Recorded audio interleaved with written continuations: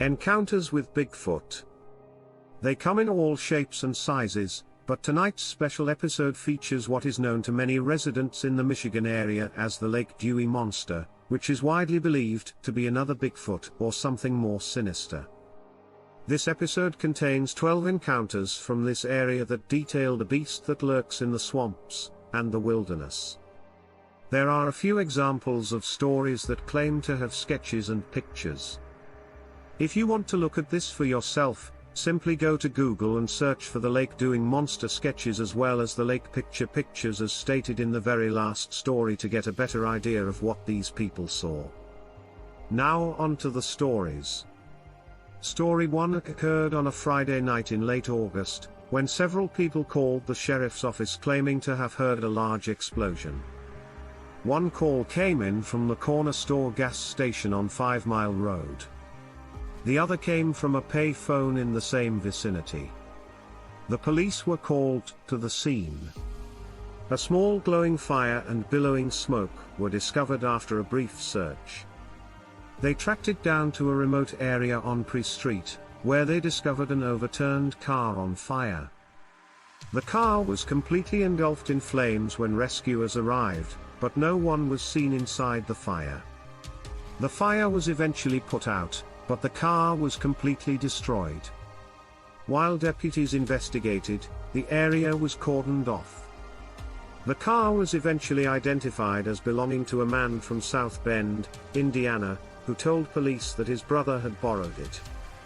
A local Mildred Whittingmore notified the police shortly after. The two teenagers had been in an accident, and ended up in her house. Roy and his wife were interviewed by police. Jay and Townsend, aren't they both from Hillsdale and in shock? They eventually stated that they were sitting in their car for some private time when it was attacked, and that the vehicle was pushed forward and then flipped over. As something began smashing the vehicle, they crawled out. Mr. Townsend stated that they initially thought they had been hit by another car but couldn't believe it when it appeared to be a thing. Townsend claimed it was a bear but appeared to be a giant man and began smashing the car. Ms. Hunt indicated that Townsend initially took off running and left her there, but later she ran along the road back toward the highway. She indicated that she was still very angry with him, but even more terrified that this thing would catch up with them. They stumbled up to the random house of Whittingmore, who was very accommodating. The police were initially skeptical, believing the teenagers were attempting to cover up for wrecking the car. However, upon further inspection, one of the multi-jurisdictional officers on the scene, Gawley Jones, noticed the tire drag mark and at a point just over the lip of the hill. Officer Jones took numerous important notes.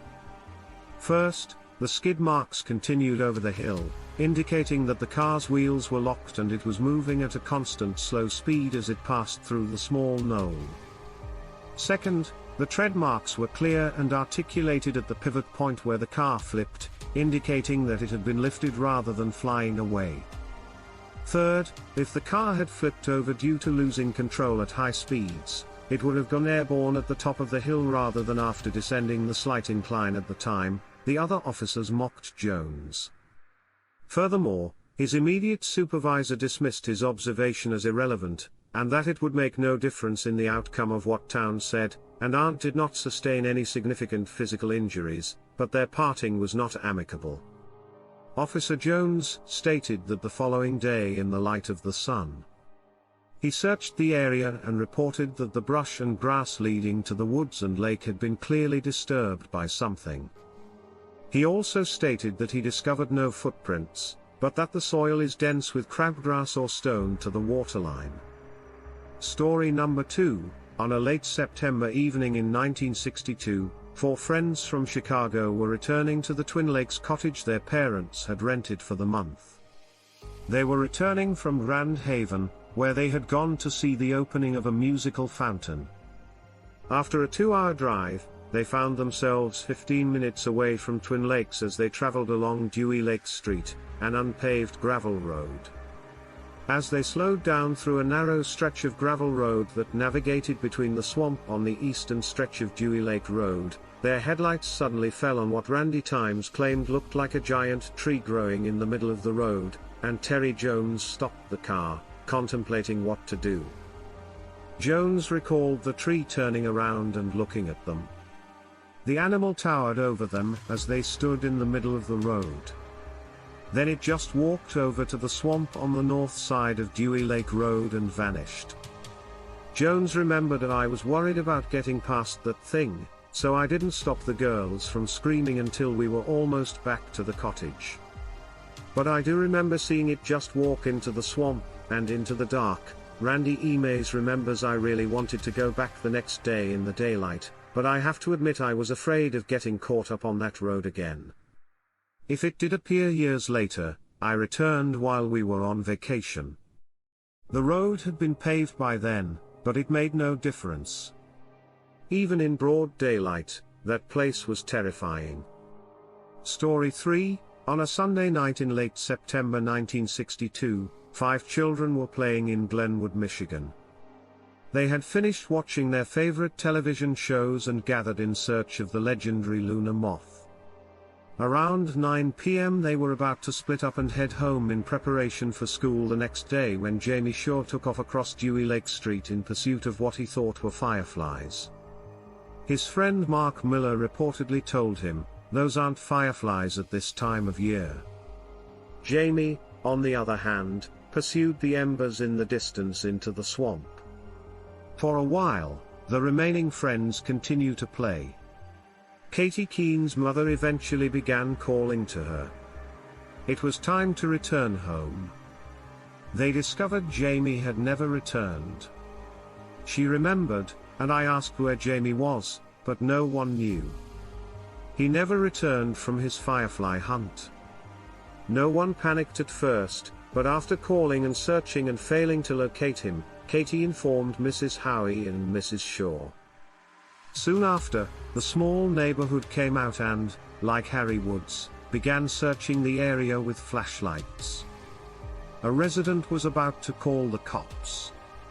They found Jamie, who was curled up in a weeded area beside the swamp, crying. Katie Keene remembered.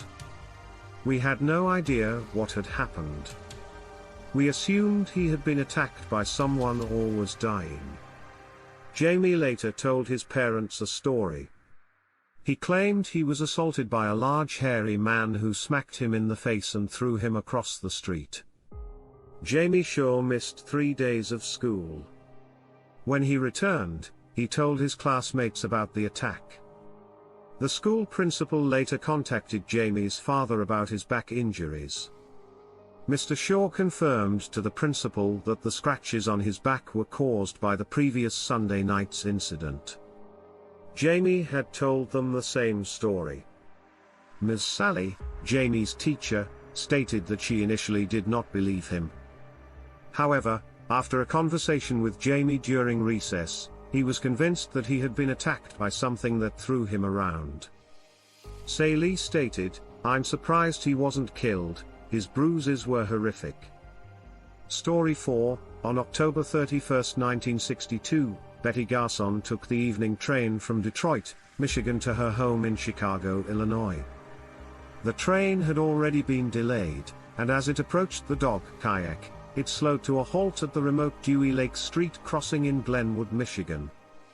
The train remained for about 15 minutes, looking out the window northwest into the darkness to investigate debris on the tracks. Miss Garson reportedly saw what appeared to be a faceless tree or giant stump approaching the tracks from the dense surrounding woods. The figure then stood motionless for several minutes, staring at the train. Ms. Garson called the attention of 2 other passengers, Emily Clark of Chicago and Roger Wentworth of St. Louis, who confirmed the sighting. After a brief moment, the figure began moving from the tree line toward the caboose of the train, which sat in the darkness on the rural tracks. The figure was estimated to be about 10 feet tall and weighing between 700 and 1,000 pounds. The hulk then vanished into the darkness toward the train's rear. A porter was summoned.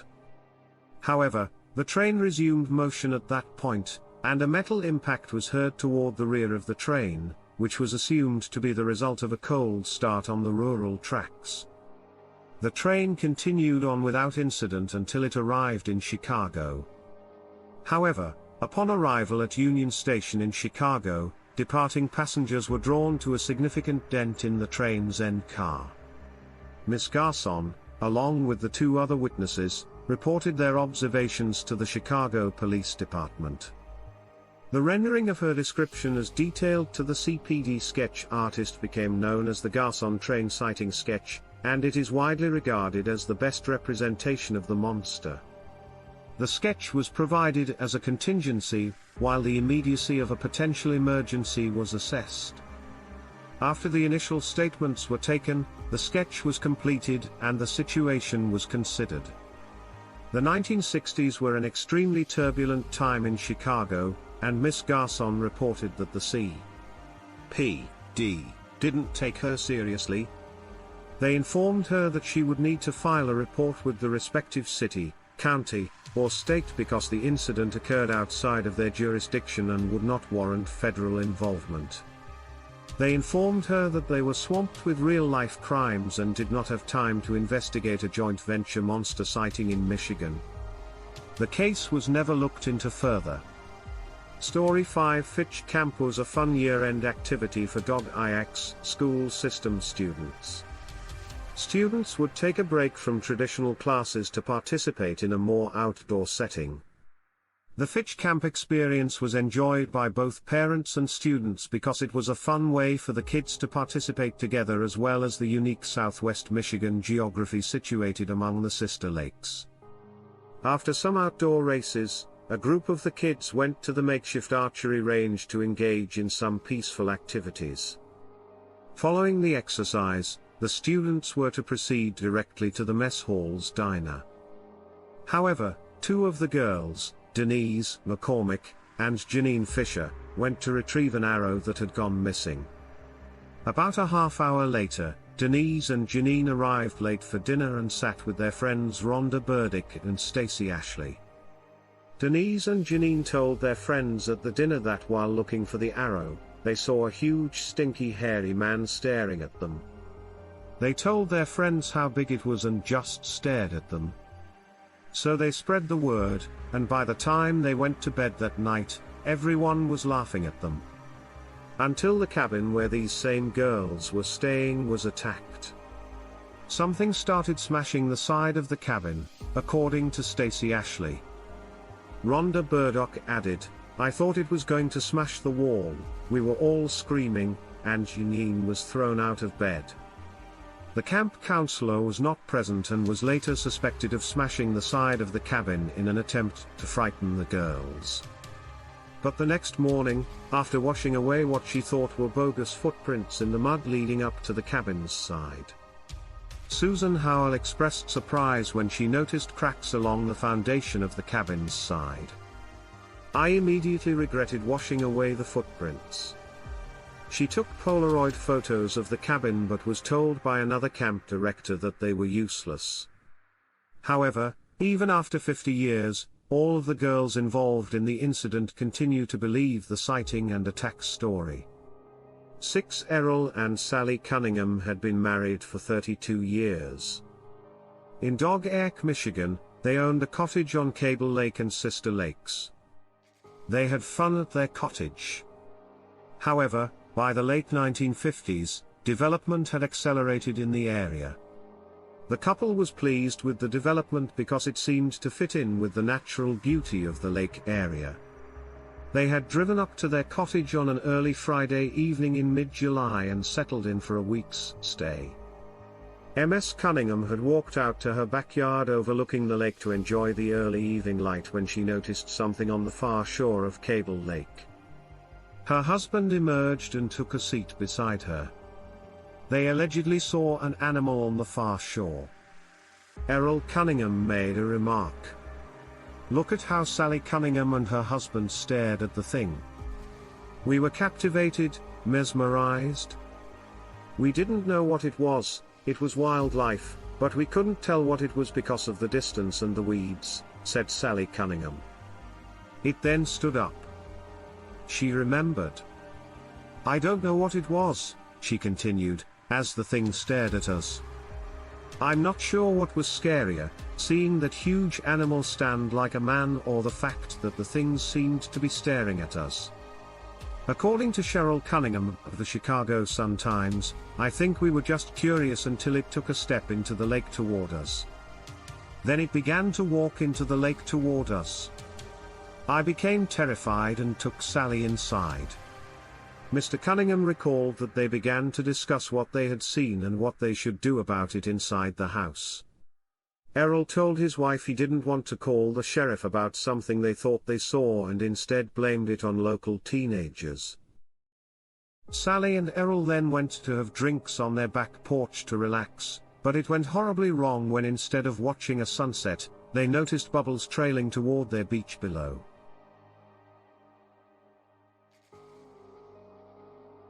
Carol and Sally went back inside at this point to call the police and report an oddity. Sally and Arrow were preoccupied with choosing their words to the cops, so as not to appear paranoid.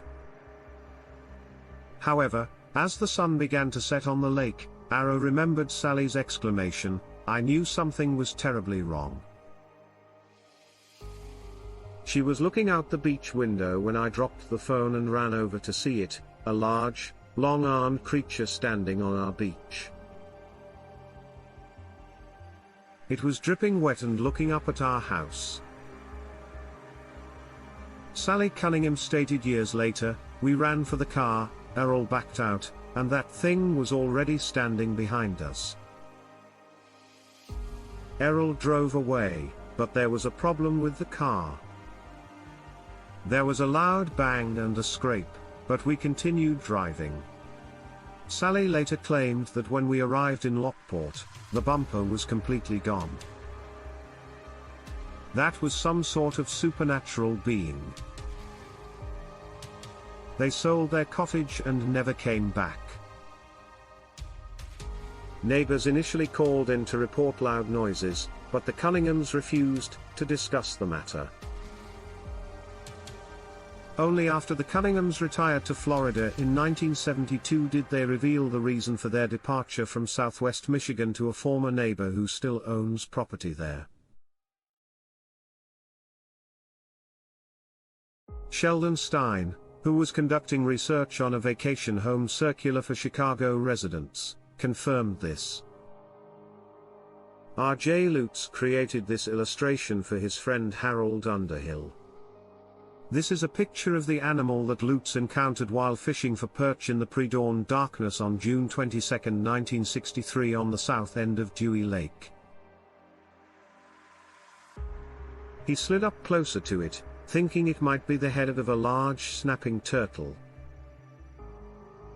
However, as the sun rose over the water, he noticed a large log extending from the triangle.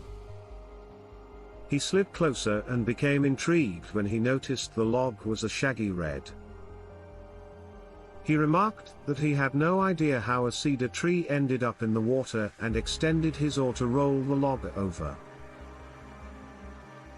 When the things came into contact with the log, they stood up in the water, revealing a large animal about 10 feet tall. Let out an increasingly loud clucking sound that became painfully loud. "Remember," he said, "the animal then glared at him, slid back underwater, and swam away like a crocodile lurks. I had no idea what the animal was, only that it was probably from somewhere far away and didn't belong in Dewey Lake." Harold Underhill, a friend of Lutz's, recalled laughing at him and accusing him of being drunk. However, let's paint a picture for Underhill and keep the story alive until he died in the early 1980s. Story 8. On a hot, muggy evening in late July of 1963, Alan Razik and Bob Ford carried their canoe through the weeds and mud to the water's edge. "I was afraid we'd get stuck in the mud with the canoe on our heads. We knew it was a mess there, but we didn't realize thick black, deep mud," Bob claimed, "but we were told it was worth it because it wasn't fished out, muddy, tired, and covered in sticky weeds. They slid the canoe into the water, which was dark. You couldn't see anything beneath the water in that lake. Alan Razik told the Cass County Sheriff's Office that a mist had settled over the lake and that the fishing would be spectacular. It was thick fog, like something out of a horror film.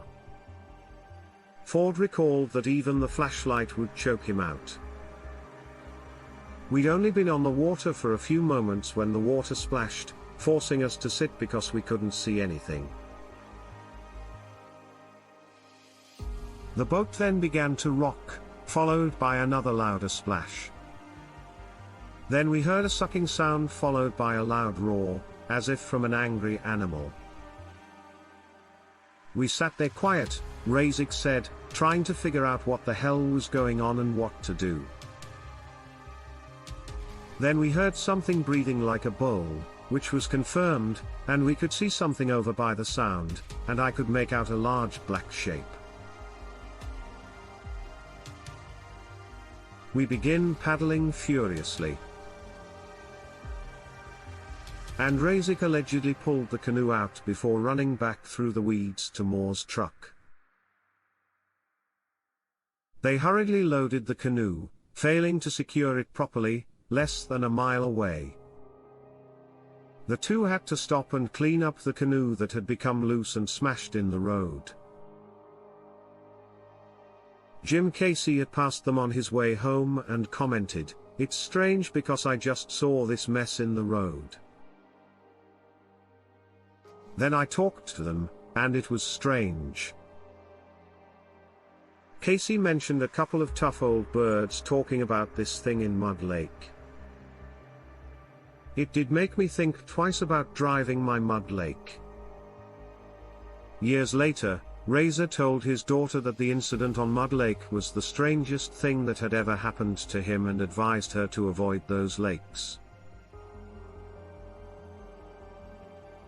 They contained something. Story number 9.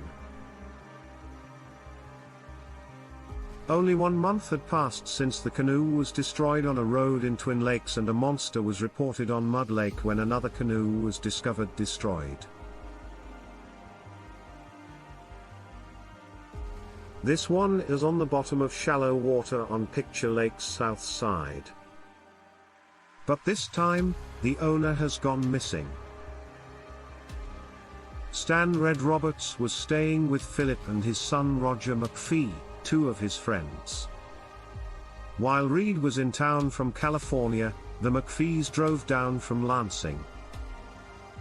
Red had long-standing financial issues, and Philip McPhee later told police he was hesitant to keep Reed with them. Red, he said, always asked to borrow money after joining them in the lake rental. After a few beers, Red and Philip decided to take the canoe out on the lake. Philip declined because he had planned to go fishing with his son at sunrise. Philip went to bed in the morning. Philip and Roger got in a rowboat and put in. Philip did not see Red or the canoe and assumed he had fallen asleep on the lake. I wasn't concerned because I knew they didn't have a motorboat on Picture Lake. It's not like much can happen out there. Philip had told the cops the fish weren't biting, nothing, not a single bite, Philip remembered. I'd never seen the lake like that before. I was so fed up with the lack of fish. I had completely forgotten about the whole Red thing. Philip became concerned only after returning and not seeing the canoe or reading. I must confess, I was afraid Red had stolen something and fled, but by early afternoon, Philip had become concerned and returned his rowboat to try to find Red. I assumed he was on the other side, bothering some neighbors or something. But, According to Philip, he wasn't even 100 yards from the shore when he noticed the canoe. It was lying on the lake's bottom, in the clear shore water near the lily pads. I was angry at first because I noticed a large hole in the canoe's bottom and assumed he had started drinking with some people he met, and they had gotten crazy. Philip called the sheriff and a deputy was dispatched. They extracted the canoe. Because Red was never found, Philip was forced to pay for the broken canoe. A nearby vacationer assisted with the retrieval and then spent the remainder of the afternoon exploring the area. He turned out to be Paul Wozniak, a retired Chicago police detective. He later showed Philip the canoe pieces scattered among the weeds, mud, and trees. It was difficult to get to because the water became thin and the weeds became thick, neither hard enough to walk on nor wet enough to paddle through. The pieces retrieved told me that the hole was created by a singular force blasting up from the bottom, especially since there were no broken pieces directly underneath the canoe and no pieces caught in the canoe itself, according to an excited portion of a letter Wozniak wrote to the Herald Palladium on August 27, 1963.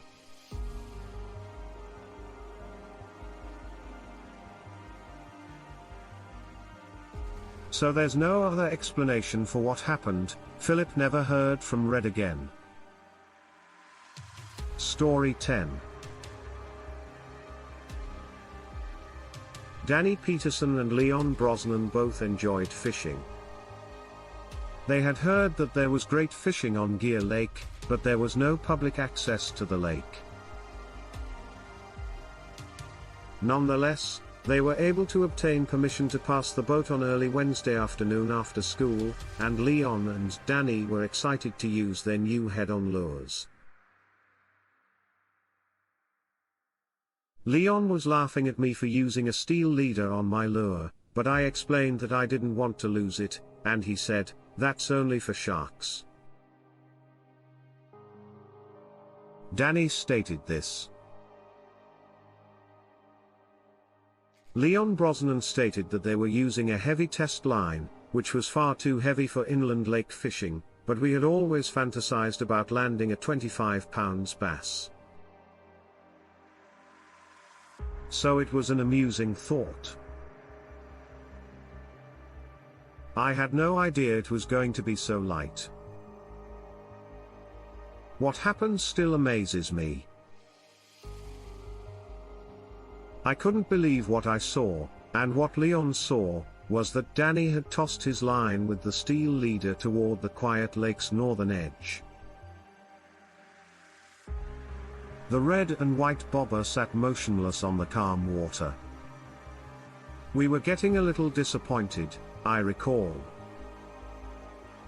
We had worked so hard to get on the lake, but we were getting no bites from anything, bluegill, perch, or anything else. Danny remembered we'd brought Cokes and bologna sandwiches. I turned to get the food, while talking to Danny. When I noticed Danny's expression change, my pole jerked and then settled back. Leon went insane. He just kept saying "holy crap" over and over again, his eyes bulging. As it turned out, Danny reeled in his line only to discover that the steel leader had been bitten through. Leon held up the end of the paddle and told me that he saw the mouth come over the bobber about the size of the boat paddle, bitten through the line, and jerked the canoe before breaking the line.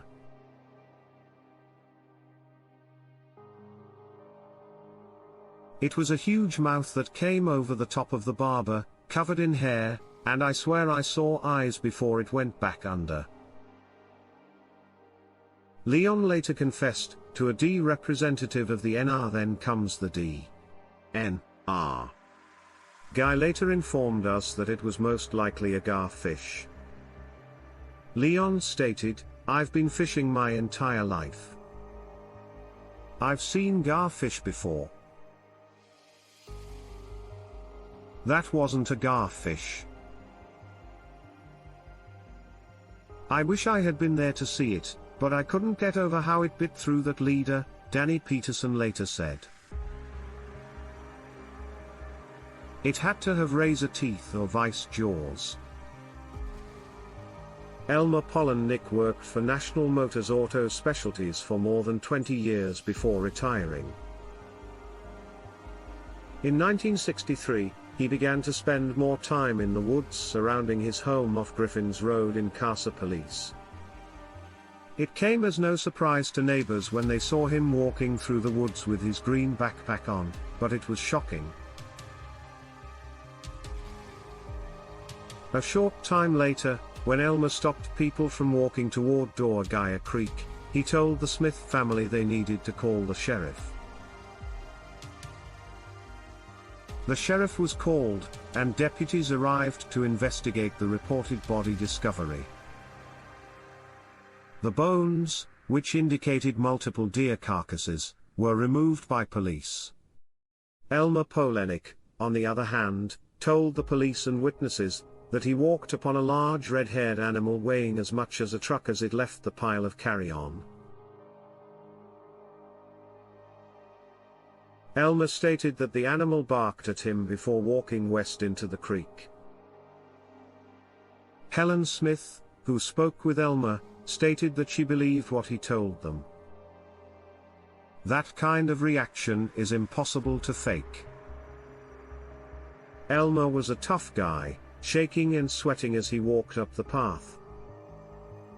The deputies on the scene allegedly told the witness that the deer carcass would be removed, and that the woods would be cleared. Nonetheless, the family, who spoke with Elmer, left Story 12. Davis Garrett's 18th birthday present was a new Nikon camera. Photography was his hobby.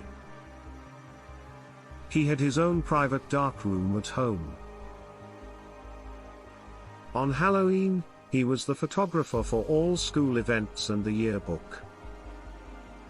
Garrett and his friend Dominic Emery saw a commotion on the west side of the lake as the sun began to set while Davis and his 3 friends were at a party at Picture Lake. Garrett started taking pictures. A large animal then threw a log halfway toward them. Garrett and Emery turned and ran back to their gathering. On their way back, the thing let out a scream that hurt Emery's ears.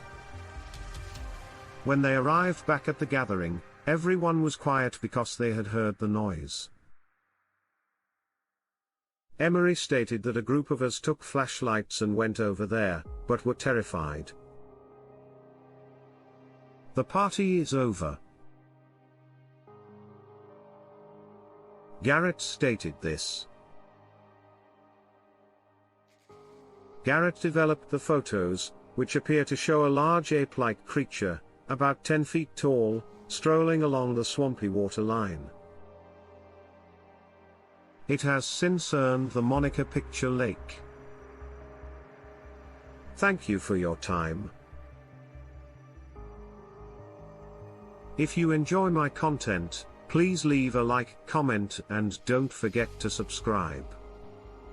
I'm releasing a lot of content daily, so keep an eye out for all kinds of cool stuff coming down the pipeline, like more dogman encounters, Mothman chupacabra, UFOs, gargoyles, swamp monsters camping in the middle of nowhere, paranormal stories, black-eyed children, and so much more.